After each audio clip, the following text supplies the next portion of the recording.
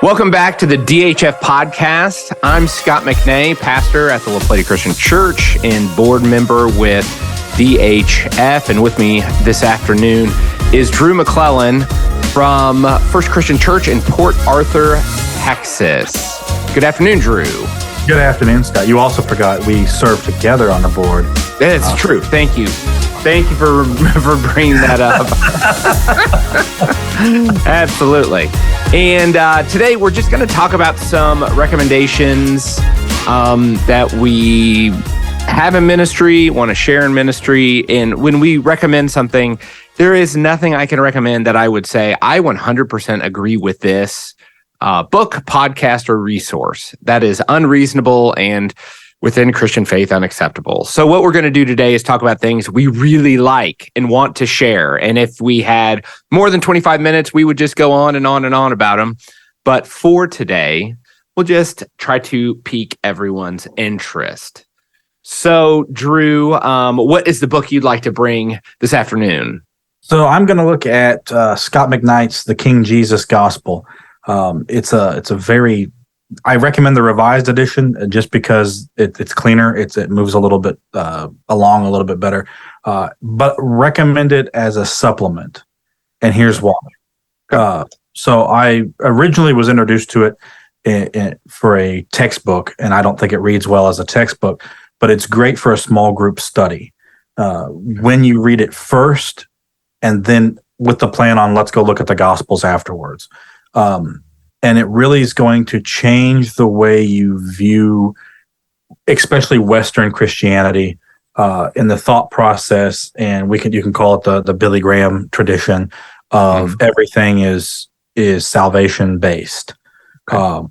This is a full look at the gospel being more than just a get out of hell free card, and that's why I appreciate it. And it really causes you to stop and to think about what we're teaching beyond just getting them to the altar, getting them saved, and what does that look like afterwards? How can we build the fullness of faith based upon more than just I don't want to go to hell, so I'm going to accept this card of forgiveness. Yeah, I think first off, that's something on my list. I haven't gotten to it. I've read resources that are kind of in the same vein, whether that be Matthew Bates or N.T. Wright, but that's a problem we're experiencing in the church, is that when we give people a truncated gospel, we're watching truncated transformation and truncated Christian living. And if you've got your card, you don't need to do anything else, right? And that's just an assumed, unfortunate, unrealistic, and not real thing. So... And I think you end up dividing people into the two camps, the Paul camp and the James camp, and it's not two separate camps. It's a connecting thing. And I think you just hit it on the head. Well, I don't have to do anything else. I'm saved. Yeah. Why should I even come back to your church? I got everything I need with this salvation thing. But it needs to be taught much more than that. And I think you're looking at a generation or two recovering from the sinner's prayer. I mean, I remember even in church camp, that was how you ended every session of chapel was, okay, we're going to say the sinner's prayer. And if you've prayed that tonight for the first time, make sure you let somebody know. And I think that's, like you said, a truncated gospel and a truncated view of salvation, which probably has led many people very, very surprised when in death. Yeah, absolutely. Well, I appreciate that recommendation, and I need to make sure that gets up closer to the top of my list sooner rather than later. I am going to recommend Andy Crouch's The Life We're Looking For. This is a book that is about technology and being a Christian in a technological world. I like it because he's going to grapple with the themes of like flourishing. What does it mean to be human within a Christian perspective and framework? But he does it through some really historical recasting. To understand technology is to kind of understand we live in a world of magic. And he describes there are people in Silicon Valley that talk about it that way. Like we have harnessed magic basically through science and technology. And what I enjoy is the way he uses literary sources, because nothing is new under the sun, to describe how humans have always wanted to shortcut the world with magic.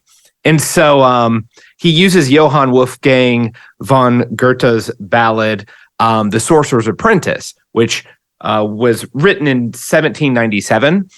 And I'm not necessarily familiar with that, but for anyone that grew up in the 80s and saw Fantasia, that's the same story. You have the idea that you have Mickey Mouse, the Sorcerer's Apprentice, and he learns how to enchant the mop to do the work on its own. So he can go take a nap while the mop does the work. But like any story on magic and shortcuts, the magic has a mind of its own. And the sorcerer has to come in and set everything right. But that's kind of the way we feel. We have shortcuts in the world, and that's the way to get the most out of life. I don't want to miss out. And that's how I can squeeze the most out of life. And somewhere in the back of our mind, we know we're giving something up in the process. This is a subhuman way of approaching life. And so I appreciate it. He's not anti-technology, but I would recommend the book. It's a fun read. That's Andy Crouch's The Life We're Looking For, Reclaiming Relationship in a Technological World.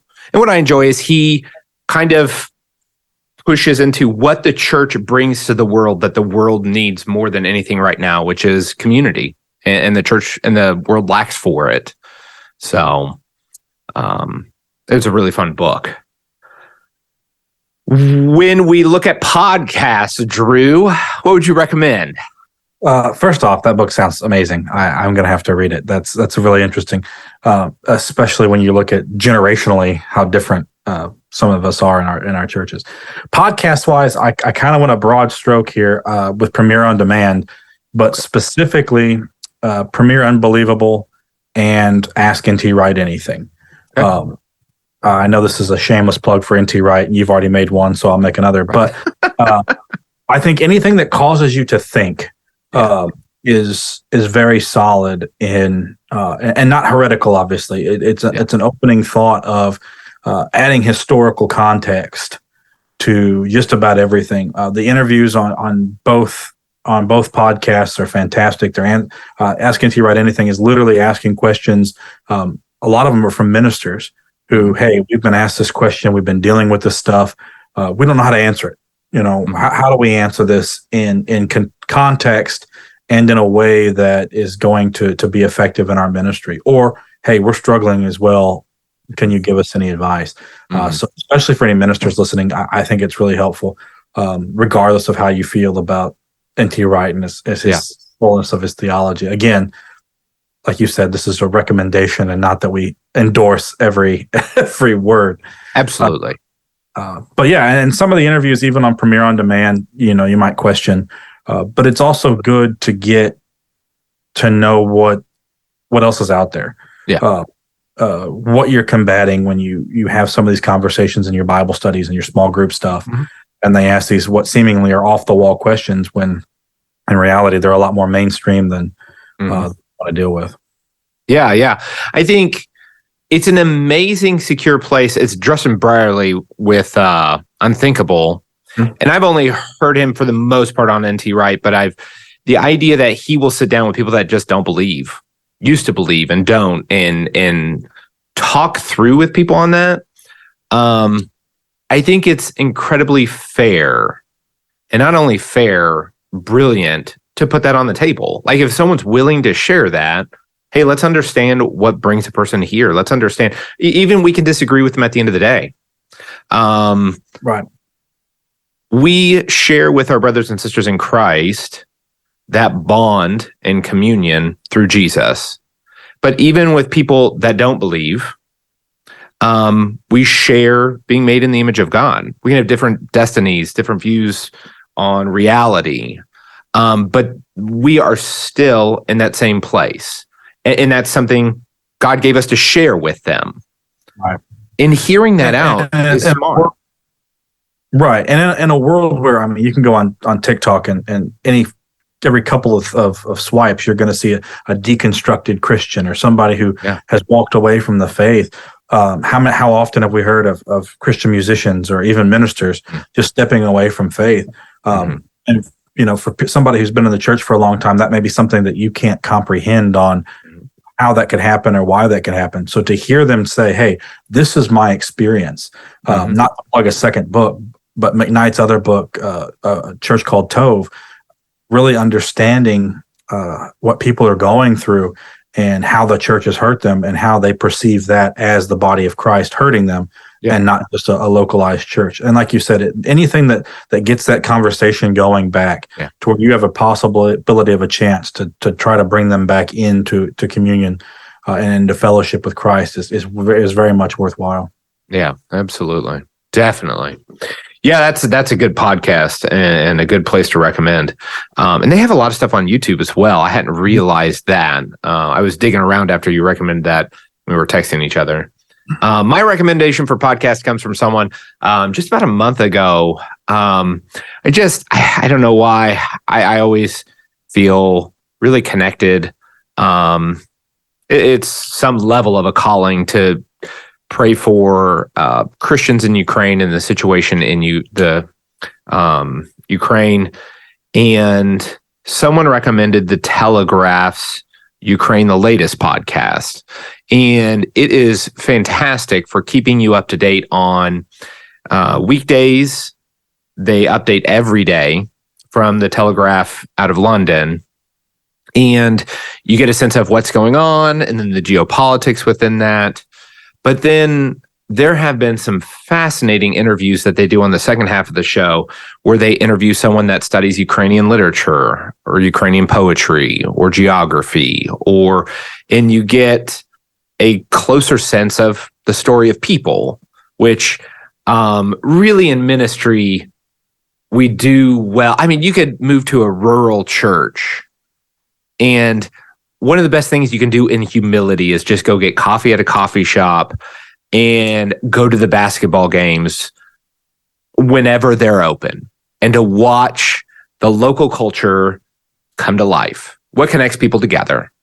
And understanding the story and getting down the landmarks and things like that are crucial to understanding people. And it's amazing how deep they go with these stories and literary pieces from different people groups and how they've been aligned, how they've seen themselves in relationship to countries around them. And if you are interested in Ukraine, it's a great podcast to take you another level deeper. I picked up a history book that is also on my reading list about just Ukraine, the last 1,000 years, basically, and got that from the Telegraph, which I appreciated. And it's not for everyone. Not everyone gets super excited to hear about it. Sometimes it's you listen to what's going on and it brings you way down. I totally understand it's not for every day and for every person, but my 8-year-old, we got in the truck to go to dance yesterday, and she said, "What's going on in Ukraine?" I said, "Well, I've got the podcast halfway loaded up. You want to listen?" And she did. And we paused it every once in a while to explain how this all works and how democracies function. And it's kind of tough to pack it in, but it's interesting. And I appreciate our ability as a DHF church to help Ukrainian refugees in Poland through churches there in Poland. And if you're looking for that, we'll go ahead and get that in the show notes as well. But we want to be a solution to things that are going on right now and the ways that we can do that. And I really appreciate the way we got a podcast in the works, I think, coming up where Wayne's going to interview one of his contacts. Wayne Kent is going to interview one of his contacts in Poland about how that relief is going, what's on the horizon, and those kind of questions, because we've had interest over here about what's the latest and what's new. So, and I think it gives, I've watched a couple as well, or listened to a couple as well. And I really think it gives a perspective that we desperately needed prior to World War II. You read Bonhoeffer's different accounts of things. I really think that if we'd have had this perspective prior to World War II, things could have been different. Not necessarily from a political view, but from a church view. on how we could have done more as a church. And yeah, no, I enjoy the podcast as well. I do recommend it for what it's worth. But I'm like you, I enjoy the history of things as well. Right. Absolutely. Cool deal. All righty. And then what resource did you bring to recommend today, Drew? Another shameless plug for N.T. Wright. Yeah. This is commentary on Romans, and it comes from the New Interpreter's Bible. We worked through it in a Sunday school class. Nice. It's very I wouldn't say easy, right, but it really brings out a lot of the questions you're going to have are answered prior to asking them. That very much is an expansive look at Romans in the context of that first century and what Paul was dealing with. And when you look at some of the names that are in there, and then you realize the martyrdom that had to have occurred, and I really think it helps to bring Romans to life for what is probably the greatest letter ever written. I mean, arguably the greatest book ever written is the book of Romans, and to really understand your faith in as much as an unbiased way as an Anglican bishop can possibly give, but it's not really Arminian or it's not really Calvinist. It's kind of a middle of the way, just looking at it in its own context, which is something that I thought my people really, really benefited from. I benefited from it, and I've read through it 2 or 3 times. I don't know where it would be available. Right as he was putting that out, he did a 3-part lecture at Calvin College. And it's just called the Romans lecture. And it would be like from the middle 2000s. I would recommend anyone. They're 1 hour each, but they're brilliant. And that commentary was fresh off the press, and he was kind of talking about it. And it's great to get, if you need a snapshot really fast of what that commentary looks like, it's pretty good stuff. I'm pretty sure it's on NT Wright Online. I think all of those are on. I'm pretty sure all of those lectures are on NT Wright Online. But like I said, I mean, you can buy just this volume. I have the complete volumes of the entire series. But to really look at, I use it for teaching aids, for preaching aids. And when I'm hung up on anything, I use this commentary. Most of the time, it's pretty middle of the road kind of stuff. There's some questionable stuff, but Romans was definitely as much middle of the road as I could find. As far as theology, without extreme bias. Obviously, everybody has their own bias, but right. Yeah, absolutely. I really enjoy the reflections portion at the end of the sections. I think that's a really helpful. You have the commentary on the text, working it out, and then at the end, as someone that's going to try to apply this somehow, those reflections bits. So my recommendation has kind of the same thing in his. It's Anthony Thiselton's 1 Corinthians commentary. Now, if you go search this online, there's a 1,000-page version of this, which was his first version. And he said that he was nervous about someone going to quote it and saying, like, on page 970, whatever. And he's like, I should condense this to something else for people that need something shorter. And a couple of times in this commentary, he will point to, you might go check out the bigger commentary for this. But my favorite letter from Paul is 1 Corinthians. Like, it's such a mess. It's just brilliantly such a mess.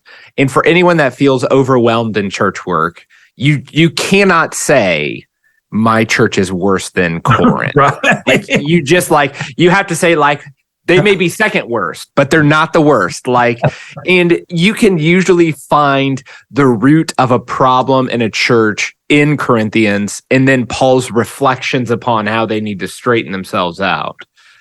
And 2 Corinthians is a whole nother bear. I mean, his heart is broken, and he's just like gathering his strength as he walks to them, and it's going to be a different matter altogether. The 1 Corinthians, I mean, he's just slinging it, and it's brilliant to understand the history behind it.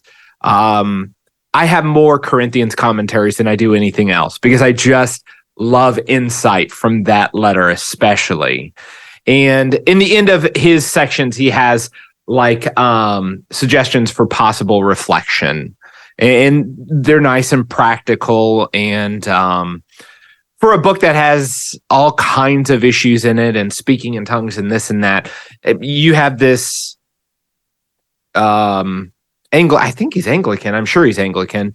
Reflecting on it thoughtfully and pastorally. I have a friend that was in England once who saw him speak, and he says he's probably the quintessential British gentleman when you see him. Like, so I just picture him in tweed and anyway. But I recommend that commentary for those that are studying, teaching, and preaching through 1 Corinthians. So. It sounds like, especially if you're struggling coming off of Romans into 1 Corinthians, the drastic difference in Paul's. Yes, absolutely. Now it's just kind of coming to me. The 1 Corinthians in the NIB, I forget who does it, but I thought it was solid too. Richard Hayes does Galatians. I thought get to the, and that's good.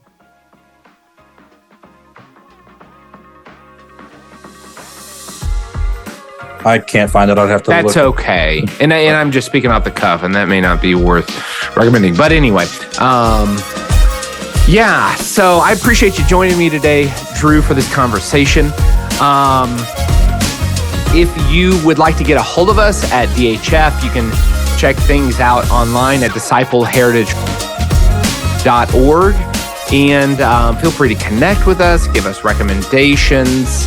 If you hated our recommendations, be gentle. And if you loved them, then please let us know. And if this helped you out, we might consider doing it in the future. I love talking about things that are easy to get excited about, and especially when it intersects with ministry. So, Drew, thanks for joining us today. And everyone, hope you'll tune back in next time for our next episode. Have a great day.